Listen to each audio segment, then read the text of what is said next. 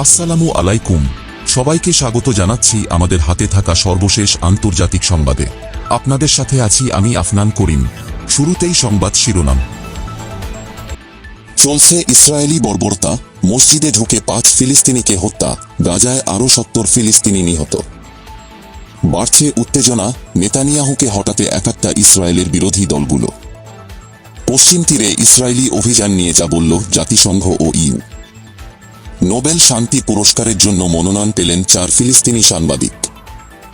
মমতা ব্যানার্জির বিরুদ্ধে FIR, BJP মাঠে নামায় কি লাভ হলে পশ্চিমবঙ্গের মুখ্যমন্ত্রীর? নিজের ছেলে মেয়ে নেই তাই সন্তান হারানোর কষ্ট বুঝতে পারছেন না মমতা, বলছেন কলকাতায় ধর্ষণ খুন হওয়া চিকিৎসকের মা। হিন্দু মুসলমান দাঙ্গা বাঁধাতে চান আসামের মুখ্যমন্ত্রী, এবার পুলিশে অভিযোগ বিরোধীদের। বাংলাদেশের মতো পরিস্থিতি ঘটতে পারে পাকিস্তানেও, বাংলাদেশ থেকে শিক্ষা নিতে হবে, বললেন কাশ্মীরের সাবেক মুখ্যমন্ত্রী। এবং সর্বশেষে ইসরায়েলের গোপন উদ্দেশ্য ফাঁস, চরম তীব্র প্রতিক্রিয়া দেখালো মুসলিম বিশ্বে। গাজা উপত্যকায় চলছে ইসরায়েলি বর্বরতা। সেখানে গত 24 ঘণ্টায় আরও 70 ফিলিস্তিনিকে হত্যা করেছে ইসরায়েলি বাহিনী। নুসেইরাত শরণার্থী শিবির এবং দেইর আল বালায় বৃহস্পতিবার ভোরের দিকে হামলা চালিয়েছে ইসরায়েলি বাহিনী। এতে 2 শিশু এবং 1 নারী নিহত হয়েছে। নুসেইরাত শরণার্থী শিবিরে হামলার পর 2 শিশুর মরদেহ উদ্ধার করা হয় এবং দেইর আল বালা থেকে 1 নারীর মরদেহ উদ্ধার করা হয়েছে। এদিকে জাতিসংঘ সতর্ক করেছে যে গাজায় সহায়তা কার্যক্রম এবং কর্মীরা ঝুঁকির মধ্যে রয়েছে। একই সঙ্গে সেখানে পোলিওর প্রাদুর্ভাব বন্ধ করার জন্য ভ্যাকসিন কার্যক্রম জরুরিভাবে প্রয়োজন বলেও জানানো হয়। সম্প্রতি বিশ্ব খাদ্য কর্মসূচির একটি গাড়ি বহরে হামলা চালিয়েছে ইসরায়েলি বাহিনী। জাতিসংঘের মানবিক কনভয়ে স্পষ্টভাবে লেখা থাকার পরেও ইসরায়েলি বাহিনী কমপক্ষে 10 বার ওই গাড়িতে গুলি চালিয়েছে। ফলে গাজায় নিজেদের স্টাফদের চলাচল স্থগিত করেছে ডব্লিউএফপি। এছাড়া এবার ফিলিস্তিনের পশ্চিম তীরের একটি মসজিদে ঢুকে 5 জনকে হত্যা করেছে ইসরায়েলি সেনারা। স্থানীয় সময় বৃহস্পতিবার পশ্চিম তীরের তুলকারেমে এ হত্যাকাণ্ড ঘটায় ইসরায়েল, যা বিগত কয়েকদিন ধরে চলা অভিযানের মধ্যে সবচেয়ে বড় হত্যাকাণ্ডের একটি। ইসরায়েলি সামরিক বাহিনীর ভাষ্য যে 5 জনকে হত্যা করা হয়েছে তারা সবাই ফিলিস্তিনি প্রতিরোধ যোদ্ধা। তার মসজিদটিতে লুকিয়েছিল এবং সেখানেই তাদের হত্যা করা হয়। তবে মসজিদে 5 জনকে হত্যা করা হলেও ইসরায়েলি অভিযান এখনও শেষ হয়নি। ভোর রাতে কয়েক ইসরায়েলি সেনা হেলিকপ্টার, ড্রোন এবং সাঁজোয়া যান নিয়ে পশ্চিম তীরের তুলকারেম, জেনিন ও জর্ডান উপত্যকার বিভিন্ন এলাকায় অভিযান শুরু করে। ইসরায়েলের এ অভিযানের আগে গাজা ও পশ্চিম তীরের টেলি যোগাযোগ ব্যবস্থাও ব্যাহত করা হয়। ইসরায়েলি নিরাপত্তা বাহিনী বলেছে তারা জেনিন এবং তুলকারেমে একটি সন্ত্রাস বিরোধী অভিযান চালাচ্ছে। এটি একটি বড় ইসরায়েলি অভিযান বলে মনে হচ্ছে, যেখানে একই সময়ে জেনিন, তুলকারেম, নাবলুস এবং তুবাসের মতো বড় 4টি ফিলিস্তিনি শহরকে লক্ষ্যবস্তু করা হয়েছে। দ্বিতীয় ইন্তিফাদার পর ফিলিস্তিনের কয়েকটি শহরে একসঙ্গে হামলার ঘটনা এই প্রথম। পশ্চিম তীরে ইসরায়েলি অভিযান বন্ধের আহ্বান জানিয়েছেন জাতিসংঘ মহাসচিব অ্যান্টোনিও গুতেরেস। এ অভিযান ইতোমধ্যেই বিস্ফোরণে উন্মুখ পরিস্থিতিকে আরও উস্কে দিচ্ছে বলে মন্তব্য করেছেন তিনি। অন্যদিকে পশ্চিম তীরে অভিযানের মধ্য দিয়ে ইসরায়েল আন্তর্জাতিক আইন এবং মানবাধিকার লঙ্ঘন করছে বলে মন্তব্য করেছেন ইউরোপীয় ইউনিয়নের মানবিক সহায়তা বিষয়ক কমিশনার জোনেজ লেনার্সিক। দখলকৃত পশ্চিম তীরের পরিস্থিতি ক্রমশ অবনতি হচ্ছে বলে মন্তব্য করেছেন লেনার্সিক।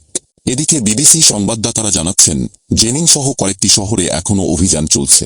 এদিকে গাজায় নেতানিয়াহু সরকারের নির্দেশে চালানো এমন বর্বরতাকে এখন আর সমর্থন দিতে পারছে না ইসরায়েলের বিরোধী দলগুলো, যার প্রেক্ষিতে নেতানিয়াহুকে ক্ষমতাচ্যুত করার ব্যাপারে সম্মত হয়েছেন দলগুলোর নেতারা।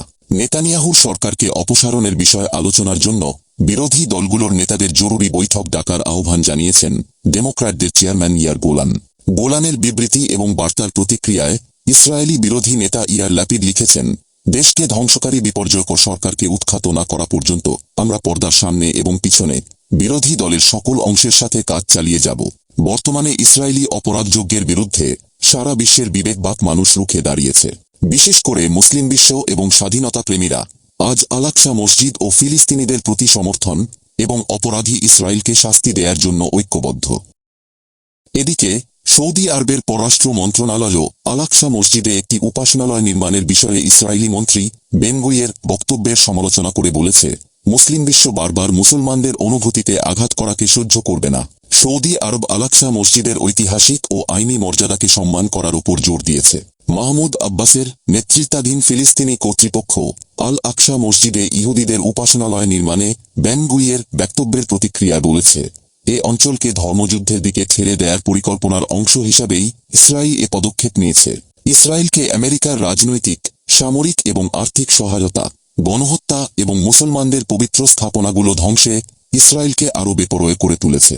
এই বিষয়ে হামাস এক বিবৃতিতে বলেছে, মুসলমানদের অন্যতম পবিত্র স্থান হিসেবে বিবেচিত আল-আকসা মসজিদে হামলার জন্য ইসরায়েল সরকারের তহবিল বরাদ্দের সিদ্ধান্ত উত্তেজনাকে বিপজ্জনক মাত্রায় নিয়ে যাবে। ইসরায়েল আগুন নিয়ে খেলছে এবং এ অঞ্চলকে ধর্মযুদ্ধের দিকে ঠেলে দেওয়ার চেষ্টা করছে, তবে ইসরায়েলকে এর জন্য চরম মূল্য দিতে হবে। হামাস ইসলামী সহযোগিতা সংস্থার 57টি সদস্য দেশকে তাদের দায়িত্বের কথা স্মরণ করিয়ে দিয়ে সমন্বিত পদক্ষেপের মাধ্যমে ইসরায়েলের হাত থেকে বাইতুল মোকাদ্দাসকে রক্ষার আহ্বান জানিয়েছে। বাস্তবতা হচ্ছে, আল-আকসা মসজিদ ধ্বংস করা এবং সেখানে একটি ইহুদি উপাসনালয় নির্মাণের ধারণাটি ইহুদিবাদীদের বিশ্বাসের মধ্যেই নিহিত এবং বছরের পর বছর ধরে চরমপন্থী ইহুদিরা এ বিশ্বাস লালন করে আসছে।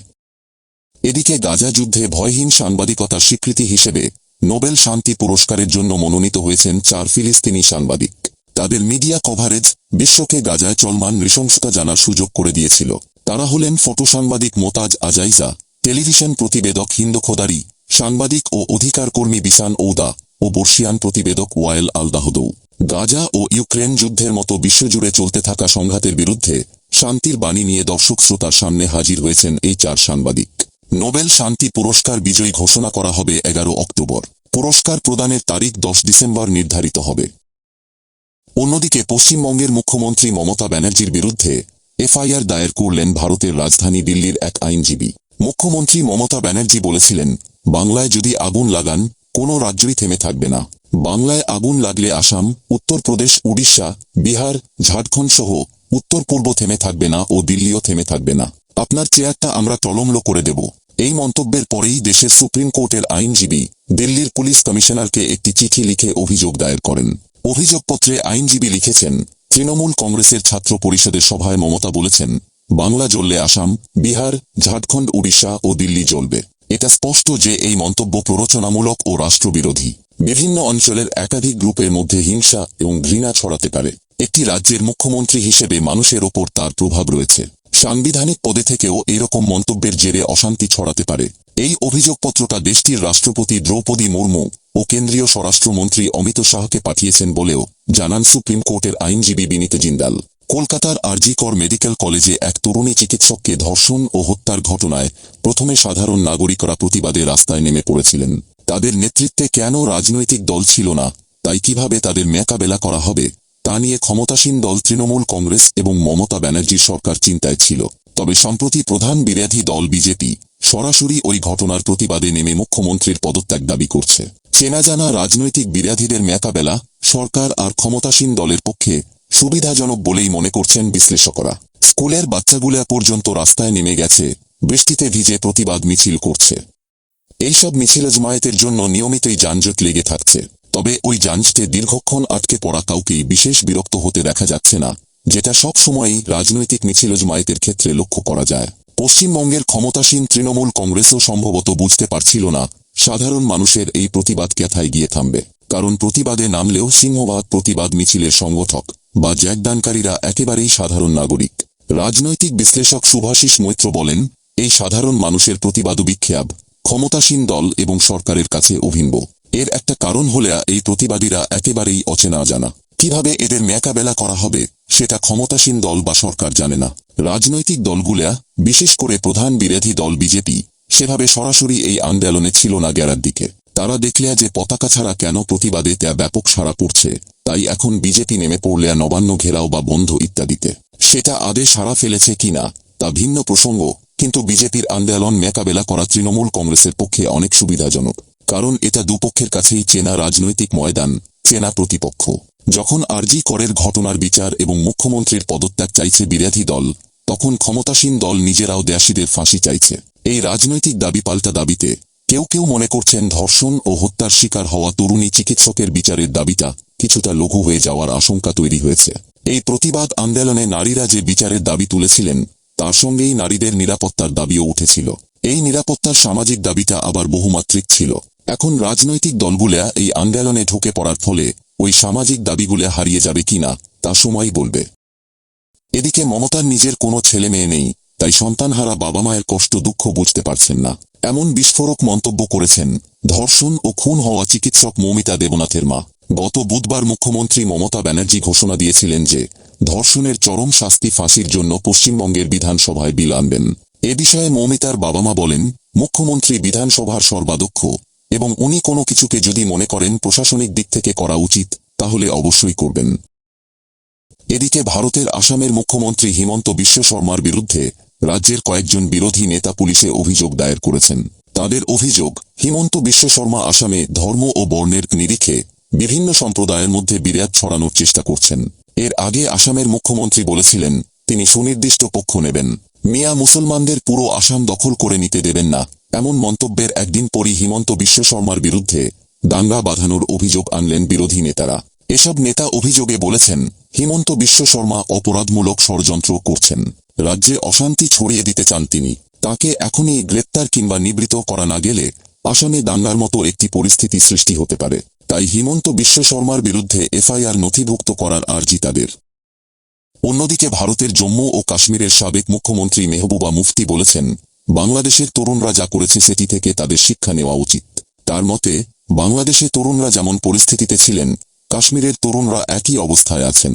মেহবুবা মুফতি বলেন, বাংলাদেশে যা হয়েছে এবং হচ্ছে, আমি মনে করি আমাদের দেশকে এখান থেকে শিক্ষা নিতে হবে। যখন আপনার জনগণের বড় একটি অংশ তরুণ, আপনি তাদের অগ্রাহ্য করার চেষ্টা করেন, যখন মূল্যস্ফীতি এবং বেকারত্ব তাদের উপর আঘাত হানে, তখন এমন পরিস্থিতির উদ্ভব হয়। আমাদের বাংলাদেশ থেকে শিক্ষা নিতে হবে, স্বৈরাচার বেশি দিন টেকে না, মানুষের ধৈর্য একটা সময় ভেঙে যায়, তখন আপনাকে শেখ হাসিনার মতো পালিয়ে যেতে হবে। এছাড়াও শিক্ষার্থী জনতার আন্দোলনের মুখে বাংলাদেশে সরকার পতনের মতো ঘটনা পাকিস্তানেও ঘটতে পারে বলে হুঁশিয়ারি দিয়েছে পাকিস্তানের রাজনৈতিক দল জামায়াতে ইসলামী। বৃহস্পতিবার পাকিস্তান জামায়াতের নেতা হাফিজ নাইমুর রহমান এই হুঁশিয়ারি দিয়েছেন। তিনি বলেছেন, অস্থিতিশীলতার মুখে পাকিস্তানের প্রধানমন্ত্রী শেহবাজ শরীফকে বাংলাদেশের প্রধানমন্ত্রী শেখ হাসিনার মতো দেশ ছেড়ে পালিয়ে যাওয়ার সুযোগ দেওয়া হবে না।